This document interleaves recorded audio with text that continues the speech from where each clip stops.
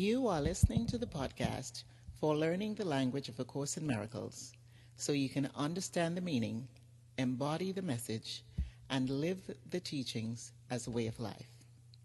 Welcome to episode 8. I'm your host, Reverend Jennifer McSween, creator of this podcast and the Course in Miracles practice coach for taking those who are studying the Course from inspiration to application.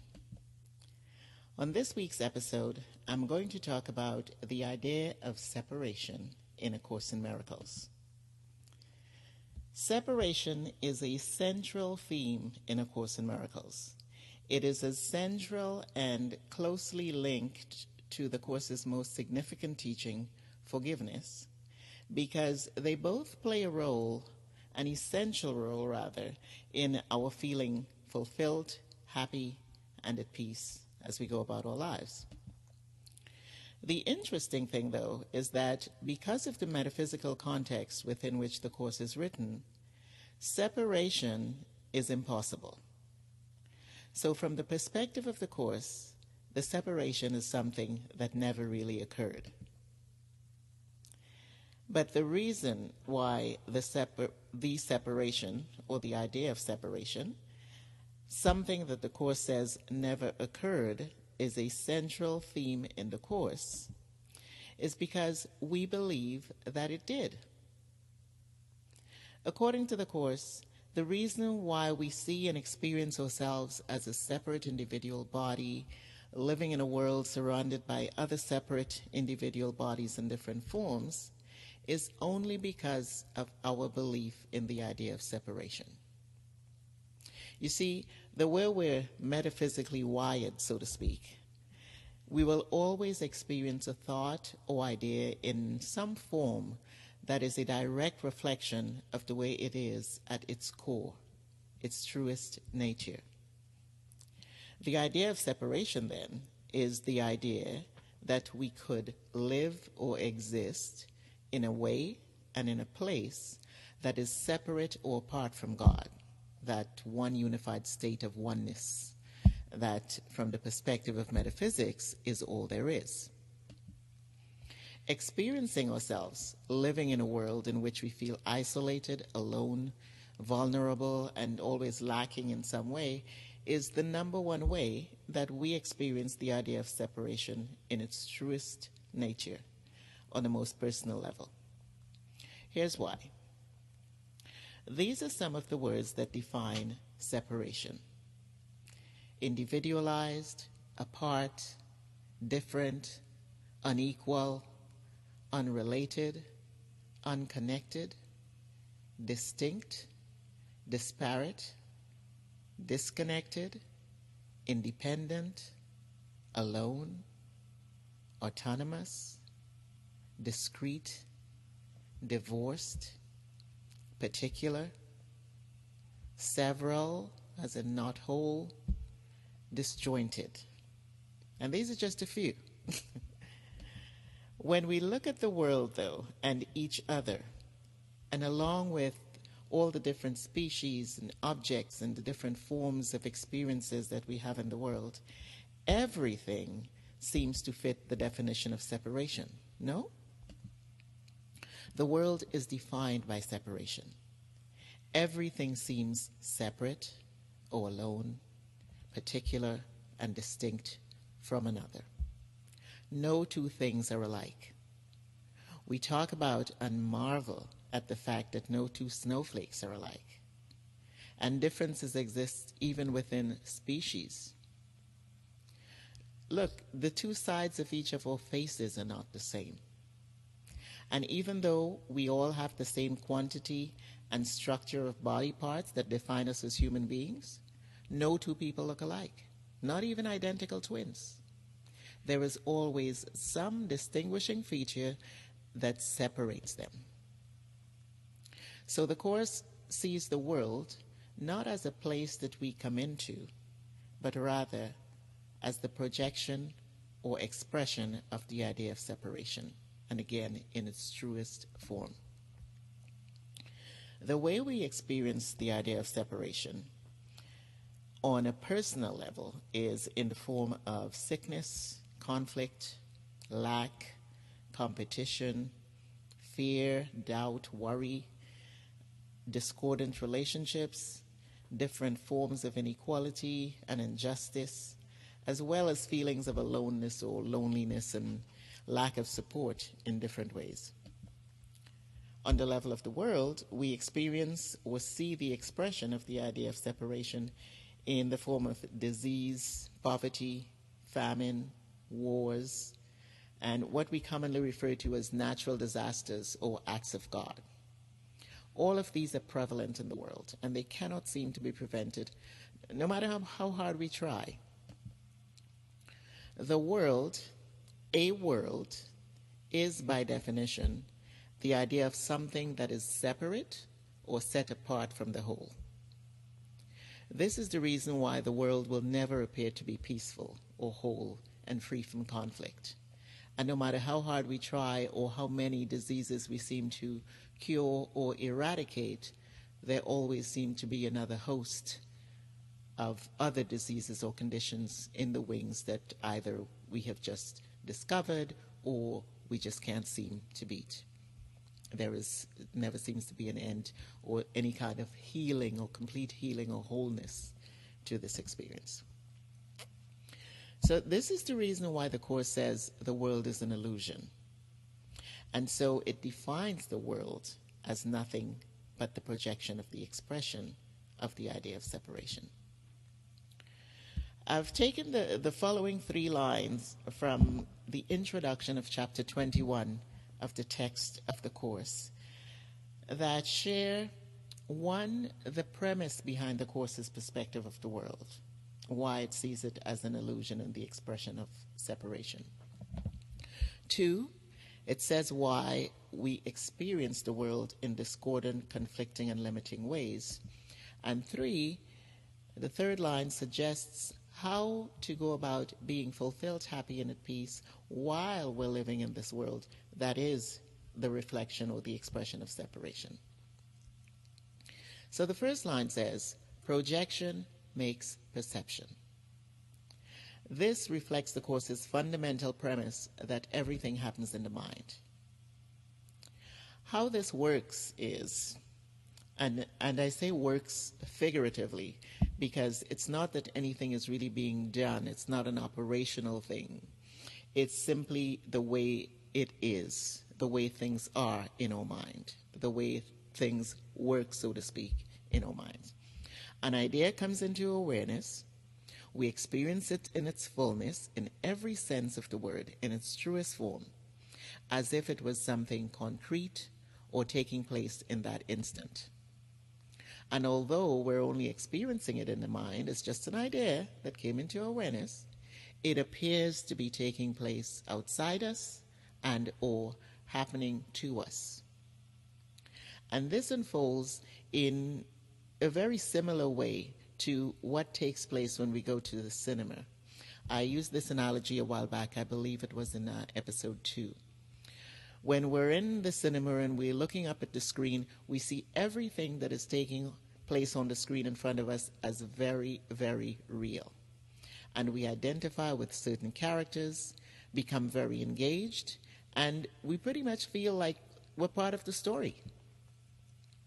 Meanwhile, all that is taking place on the screen is the projection of images on a reel of film onto the screen. What we see on the screen has no substance, and nothing we see on the screen is real. Not only that, none of it has anything to do with us in any real or personal way. So using the analogy of going to the cinema or watching a movie up on a screen to understand the way we experience the world and what is going on is this. We're entertaining the idea that we are separate or that we have separated from God. Again, that unified state of oneness. Because we always experience a thought or idea according to its truest nature, we're experiencing ourselves as if we were separate in all the different forms that define separation, or in a variety of forms. The Course describes how our belief in the separation came to be in the following words. It says, into eternity, where all is one, and eternity in this sense refers to the mind, this unified state of oneness. Into eternity where all is one, there crept a tiny mad idea, at which the Son of God, which refers to all of us, remembered not to laugh. In other words, we took it seriously. In his forgetting, did the thought become a serious idea and possible of both accomplishment and real effects. Now here's the thing. What this passage basically says is that what's going on is that the thought or idea of separation came into our awareness. We gave it some attention. In that instant, we experienced separation in all its myriad forms. We could equate this instant to the Big Bang Theory, right? The theory that the entire universe came into being in an instant, one explosion, and everything came into being. So in the instant we entertained the idea of separation, we experienced separation in all the multitudinous forms in which it could be expressed, in its fullness. And this is the same way it happens with all thoughts and ideas. We simply don't realize it, but this is what happens. For some reason, though, instead of realizing that we were just experiencing the idea of separation, we believed we really had separated. We remembered not to laugh, as the Course says. We took it seriously. And since, as we think and believe, so we experience, we're experiencing the idea of separation in the form of being in a world surrounded by other separate forms, as if it is all very, very real. The second line of the passage from chapter 21 supports the Course's explanation of why we experience the world as a place of separation. The line says, it, the world, is the witness to your state of mind, the outside picture of an inward condition. Now this further supports the first line of projection makes perception, because it expresses the Course's teaching that the way we see and experience anything is based on our perception, the way we're looking at it, what we're telling ourselves, the meaning we're giving to it in our minds.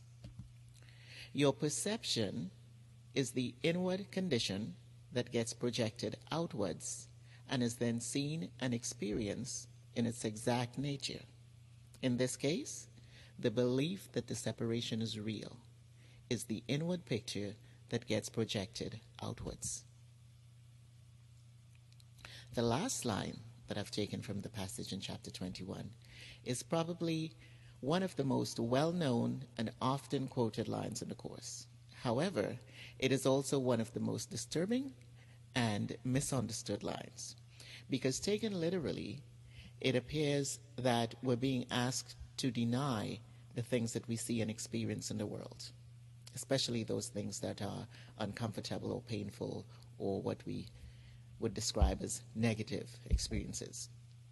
But correctly understood, this line presents the Course's most fundamental teaching and is the foundation for practicing forgiveness as it's taught in A Course in Miracles. The line is this: seek not to change the world, but choose to change your mind about the world. When this line is read from the Course's perspective of the world as nothing but the experiencing the idea of separation, we realize that what or all we need to do to change the way we experience or to change any experience of victimization, lack, oppression, or any experience of separation is to change our perception of ourselves as being separated beings living in a separate world, and recognize that all that is taking place is that we're experiencing the idea of separation in its truest form.